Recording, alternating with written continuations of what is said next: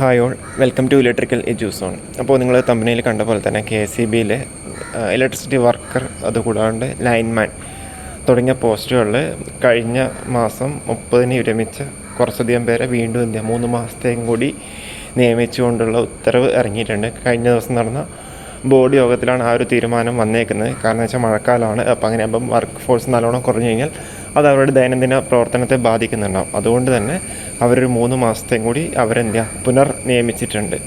അപ്പോൾ ഇതിൽ നിന്ന് നമുക്ക് കിട്ടുന്ന ഒരു അപ്ഡേറ്റ് എന്താണെന്ന് വെച്ച് കഴിഞ്ഞാൽ, ഓൾറെഡി നമ്മൾ പല ന്യൂസ് ചാനലിലും തൊഴിൽ വാർത്ത, തൊഴിൽ വീതിയിലൊക്കെ കണ്ടിട്ടുണ്ട്. സെപ്റ്റംബർ ഒക്ടോബർ മാസം അവിടെ എക്സാം നടത്താൻ സാധ്യതയുണ്ട്. ഇത് അൺഒഫീഷ്യലാണ്, തികച്ചും അൺഒഫീഷ്യലാണ്. ഒഫീഷ്യലായിട്ട് നമുക്ക് PSCയുടെ സൈഡിൽ നിന്ന് അപ്ഡേറ്റ് വന്നു കഴിഞ്ഞാൽ മാത്രമേ നമുക്കത് പറയാൻ വേണ്ടി പറ്റുന്നുണ്ടാവുള്ളൂ. അപ്പോൾ ഇൻ കേസ് അങ്ങനെ സംഭവിക്കുകയാണെന്നുണ്ടെങ്കിൽ സെപ്റ്റംബറിലോ ഒക്ടോബറിലോ എക്സാം നടന്നു കഴിഞ്ഞ് കഴിഞ്ഞാൽ പെട്ടെന്ന് തന്നെ, അതായത് അടുത്ത വർഷം ഏറ്റവും ആദ്യം തന്നെ അതിൻ്റെ ഷോർട്ട് ലിസ്റ്റ് വന്ന് പെട്ടെന്ന് തന്നെ ആ ഒരു നിയമനം നടക്കുന്നുണ്ടാവും. കാരണം എന്താണെന്ന് വെച്ച് കഴിഞ്ഞാൽ ഇപ്പം തന്നെ ഇവിടെ നല്ല രീതിയിലവിടെ വർക്ക് ഫോഴ്സ് കുറവുണ്ട്. അപ്പോൾ അതുകൊണ്ടാണ് ഇവിടെ പുനർനിയമിക്കുന്നത്.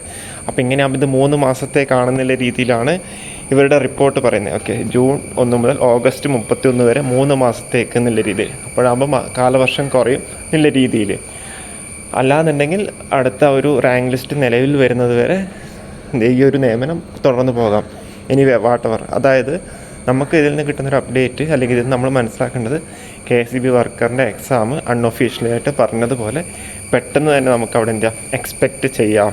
ഓക്കെ, എക്സാം എക്സ്പെക്റ്റ് ചെയ്യാം. അപ്പോൾ ഇത് തികച്ചും അൺഒഫീഷ്യലാണ്, ഒഫീഷ്യലല്ല. ഒഫീഷ്യലായിട്ട് നമുക്കവിടെ PSCയുടെ സൈറ്റിൽ നിന്ന് വന്നു കഴിഞ്ഞാൽ മാത്രമേ അത് ഒഫീഷ്യൽ ആവുന്നുണ്ടാവുള്ളൂ. ഓക്കെ, അപ്പോൾ അൺഒഫീഷ്യലായിട്ട് എല്ലാവരും റിപ്പോർട്ട് ചെയ്തിട്ടുണ്ട്.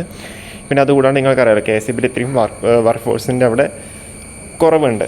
ഓക്കെ, എന്ന് വെച്ചാൽ മെയ് മാസം കുറേ പേര് വിരമിച്ചിട്ടുണ്ട്. അതുകൂടാണ്ട് ലൈൻമാൻ എന്ന ഓവർസീലിലേക്ക് പ്രൊമോഷൻ നടക്കുന്നുണ്ട്. ഓക്കെ, അങ്ങനെയൊക്കെ ആകുമ്പോൾ സ്വാഭാവികമായിട്ടും വർക്കർ കാറ്റഗറിയിൽ അത്യാവശ്യം നല്ല രീതിയിൽ ഒഴിവുകളുണ്ട്. ഓക്കെ, അപ്പോൾ ഇത് നമ്മളെ ഫുൾ ടൈം ഡയറക്ടർമാരുടെ യോഗത്തിലാണ് ഇത് തീരുമാനിച്ചേക്കുന്നത്. കാരണം വെച്ചാൽ വൈദ്യുതി വിതരണം തടസ്സമില്ലാതെ ഉറപ്പാക്കുന്നതിന് വേണ്ടിയിട്ടാണ്.